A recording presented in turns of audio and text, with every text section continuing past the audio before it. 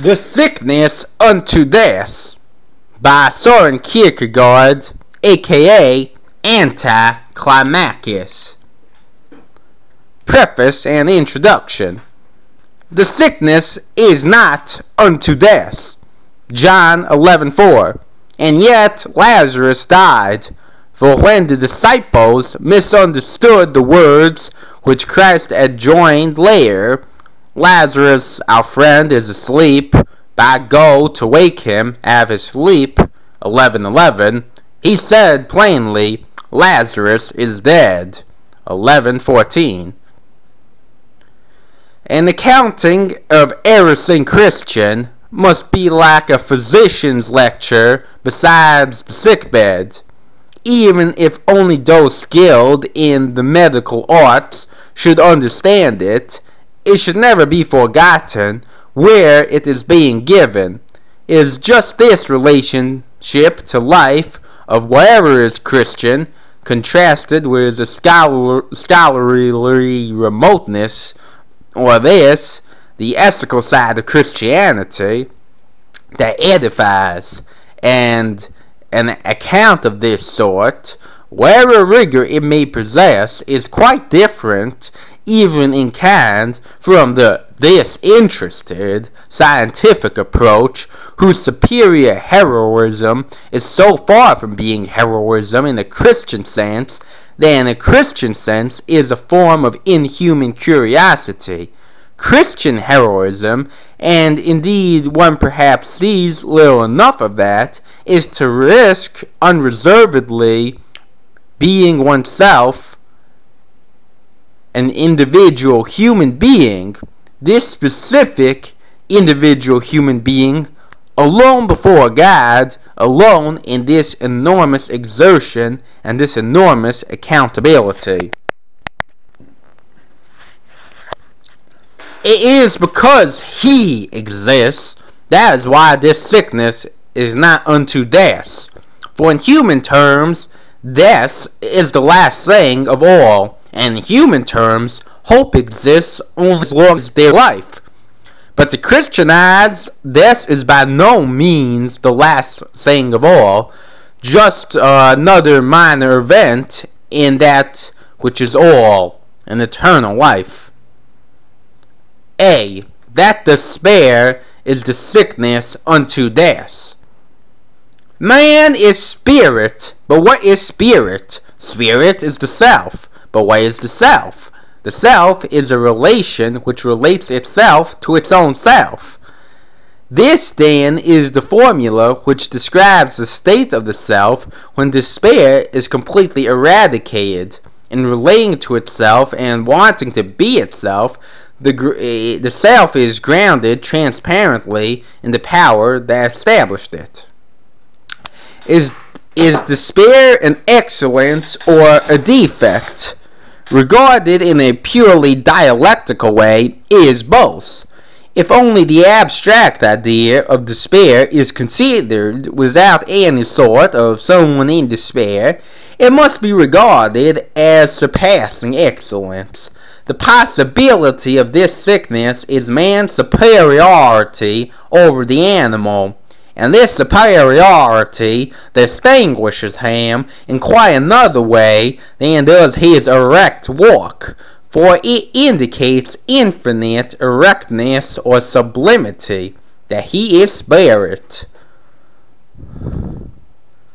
The possibility of this sickness is man's advantage over the beast.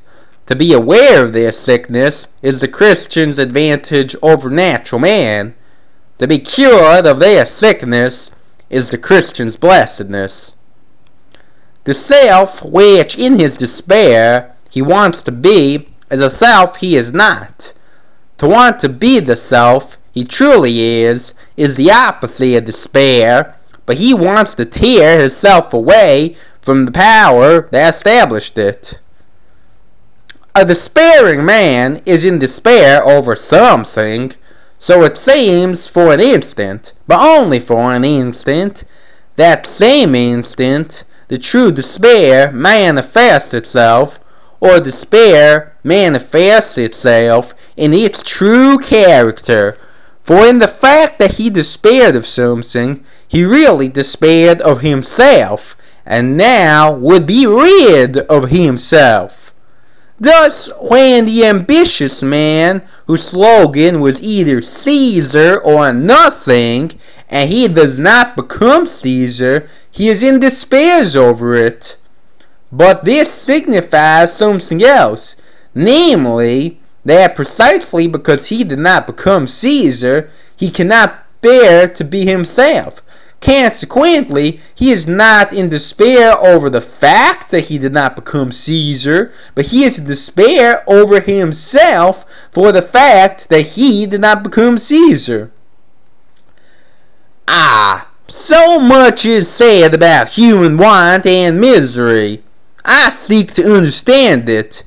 I've also had some acquaintances with it at close range. So much is said about wasted lives. So much is spoken about human need and misery. I try to understand it. Have even been closely acquainted with not a little of it. So much is spoken about wasting one's life. The only life wasted is the life of one who so lived it, deceived by life's pleasures or its sorrows, that he never became decisively, eternally conscious of himself as spirit, as self, or what is the same, he never became aware and gained in the deepest sense the impression that there is a God there and that he, himself, his self, exists before this God, which infinite gain is never come by except through despair. Despair must be considered under the aspect of consciousness. It is where or not despair is consciousness that qualifies, distinguishes one form of despair from another. Consciousness is the decisive factor. The more consciousness, the more will. The more will, the more self.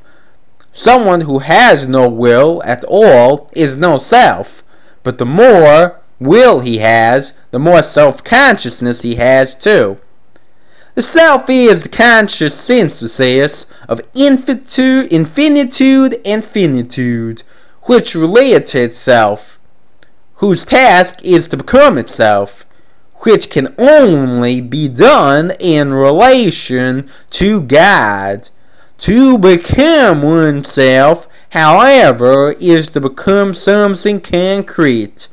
But to become something concrete is neither to become infinite, is neither to become finite, nor to become infinite. For that which is to become concrete is indeed a synthesis. The greatest danger, that of losing one's own self, may pass off as quietly as if it were nothing. Every other loss, that of an arm, a leg, $5, a wife, etc., is sure to be noticed. The determinist, the fatalist, is in despair, and as one in despair has lost his self, because for him everything has become necessity. The self of the determinist cannot breathe, for it is impossible to breathe necessity exclusively, because that would utterly suffocate a person's self.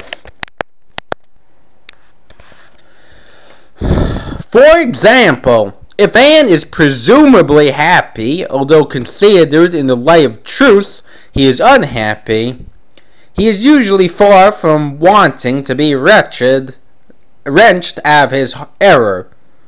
On the contrary, he becomes indignant. He regards anyone who does so as his worst enemy.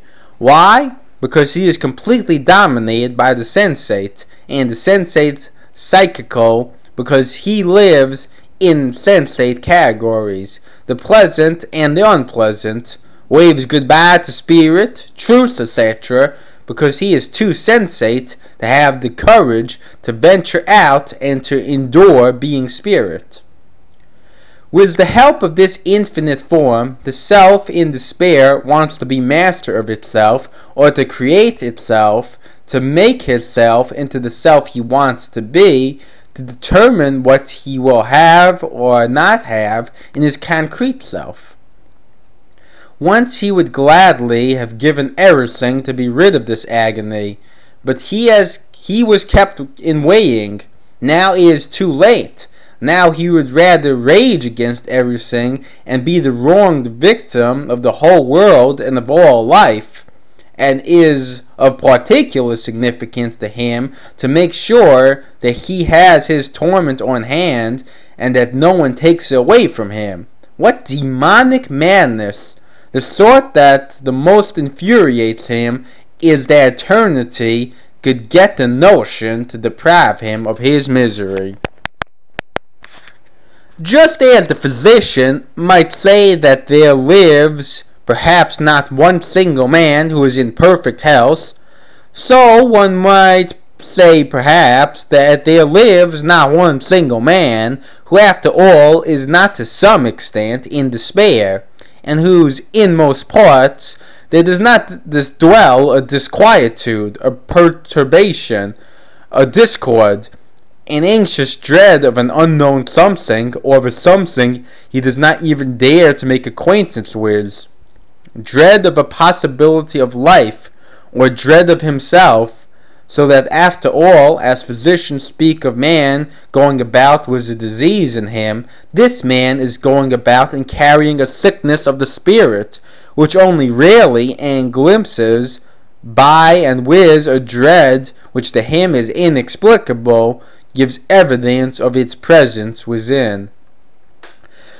This view will doubtless seem to many a paradox, an exaggeration, and a gloomy, depressing view at that. Yet it is nothing of the sort. It is not gloomy. On the contrary, it seeks to throw light upon a subject which ordinarily is left in obscurity. It is not depressing. On the contrary, it is uplifting, since it views every man in the aspect of the highest demand upon him, that is, that he be spirit. Just as finitude is the confining factor in relation to infinitude, so necessity is the constraining factor in relation to possibility. For it is not the case, as the philosophers would explain it, that necessity is a unity of possibility and actuality. No, actuality is the unity of possibility and necessity. It is not the lack of the strength that makes a self lose itself in possibility. What is really missing is the strength to obey, to yield to the necessary in oneself, which might be called one's limits. The law for the development of the self in respect of understanding, so long as it remains true that the self is becoming itself, is that every increase in the understanding corresponds to a greater degree of self-understanding, that the more it knows itself. The world really only interests itself in intellectual or aesthetic limitations, or in the indifferent, which is always what the world talks about most.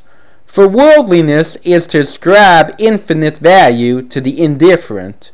The worldly point of view always clings closely to the difference between man, and has naturally no understanding, since to have it is spirituality, of the one thing needful, and therefore no understanding of that limitation and narrowness which is to have lost oneself not by being volatilized in the infinite, but by being altogether finitized, by instead of being a self, having become a cipher. One more person, one more repetition of this perpetual one and the same. Despairing narrow-mindedness is to lack primitiveness. From a spiritual point of view, to have emasculated oneself. For every human being is primitively organized as a self, characteristically determined to become himself. And although indeed every such self has sharp edges, that means only that it is to be worked smooth, not ground away, not through fear of man wholly abandoned being itself, or even through fear of man simply not there to be itself in that most essential contingency which precisely is not to be the ground away in which a person is still himself for himself. Eternity asks you, and every one of these millions and millions, just one thing: whether you have lived in despair or not, whether so in despair that you did not know that you were in despair, or in such a way that you bore this sickness deep inside you as your gnawing secret under your heart like the fruit of a sinful love, or in such a way that terror to others you raged in despair. If you have lived in despair, then whatever else you won or lost, for you everything is lost. Eternity does not acknowledge you. It never knew you. Or still more dreadful, it knows you as you are known. It manacles you to yourself in despair.